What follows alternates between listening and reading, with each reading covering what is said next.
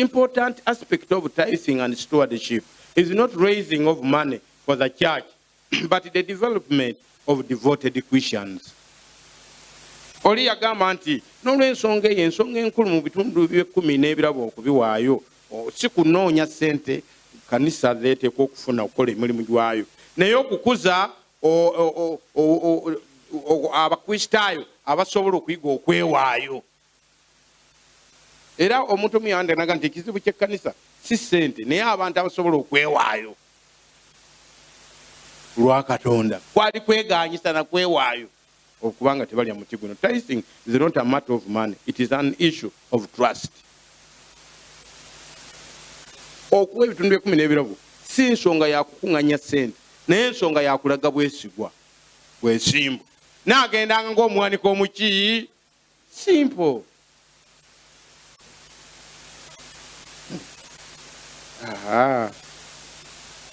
Uliya wano kanadde mbagambye kankoogere kati kali akaalaze nti bwembanga agenye enjawulo wakati nina enjawulo 6 ze navumbula ziri mmeka wakati w'ebitundu by'ekkumi n'ebirabo. Namba emu ebitundu by'ekkumi kitundu ky'ekkumi kya Katonda ddamu nti kituufu. Namba 2 ku birabo belongs to God. Ebirabo nabyo bya Mukama. Olina kyolina ekikyo olina kiwasooka okuwa Katonda olyoka omuddize ye yasooka okukola ki kubanga ye yateekawo ensimbi ye yateekawo ebyo ebintu ebisatu ebiyitibwa solid, liquid and gas state. Ensi yonna abazungu bagivumbula nga ebintu byonna ebiri ku nsi kuno biri mu matuluba 3. Bikaluba bwe bitakaluba bibeera mazzi bwe bitabeera mazzi bibeera mikka. Oba omazeeyo buli kimu ekiri ku nsi biri bisatu naye nga ebyo tebinabaawo ye Katonda yali waali. N'olwekyo njala kukakasa nti ebitundu by'ekkumi kaakati bw'owa ekimu eky'ekkumi zino ssente ezisigaddewo nazo n'owa ekirabo ezisigaddewo zaani zizo naye era zaani manya bw'otyo nti buli kimu ky'olina si kikyo. Naye kati gwe oba ng'olowooza nti zizo tandika okuzinywesa walagi tandika okuzikwanamu abakazi anti zizo okola nga bw'oyagala taakubuuza. Number 2, it is holy. Ekimu ky'ekkumi kitukuvu kituufu ekyo n'ebirabo bitukuvu.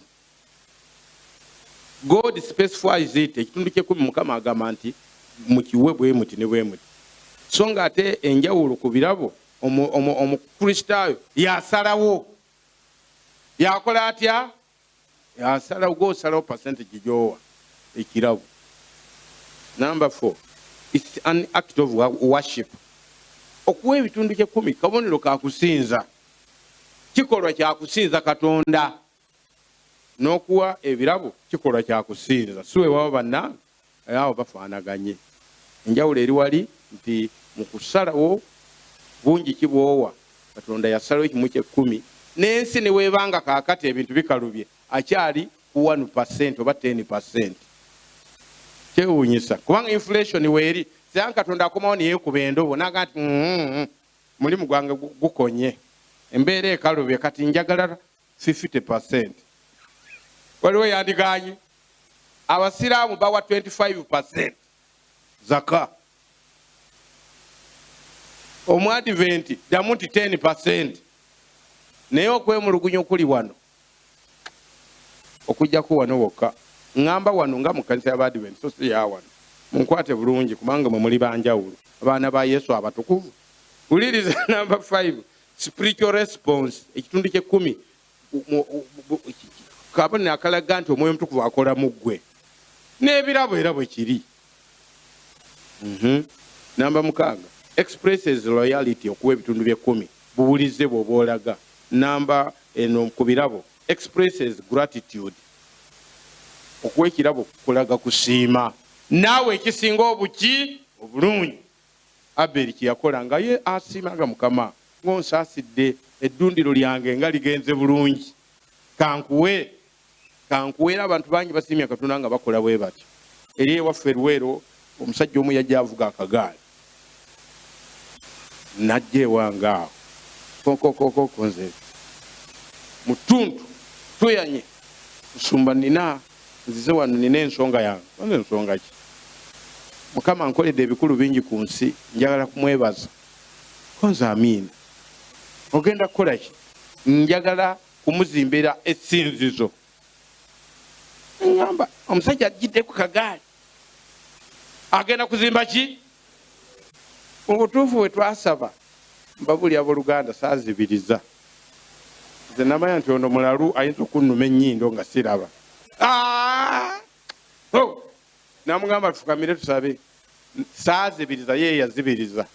Ndabe kyanankola. Naye bambi omusajja oli yali mumalirivu. Mu wiiki eyo n'ayiwa ku sayiti ng'ate ekifo yakiguze. Yayiwako amataffaali omutwalo mulamba. Ne ngamba Katonda wange omutwe gwannuma. Nasemba nakyo. Yali mulalu yali. Musajja yali soba. Nde yali omulalu. Sibeerangako munkwate bulungi. Muli bazibu nnyo. Omusajja yakola ekintu kyendifanyumyako ne leero. Omusajja n'awaayo ssente. Omusajja n'awaayo ssente. Mu butuufu yaŋŋamba Musumba nina wali we mbawadde waliwo yiika ng'emu.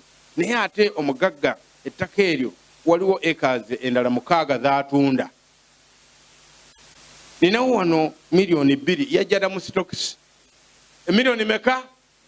Njagala naawe okubirize disitulikiti baleete ssente tugule ekifo ekyo. Tujja tugasa.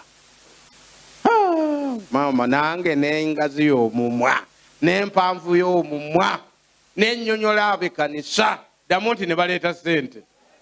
Ne tugula ekazi 7. Kyapa kyataka.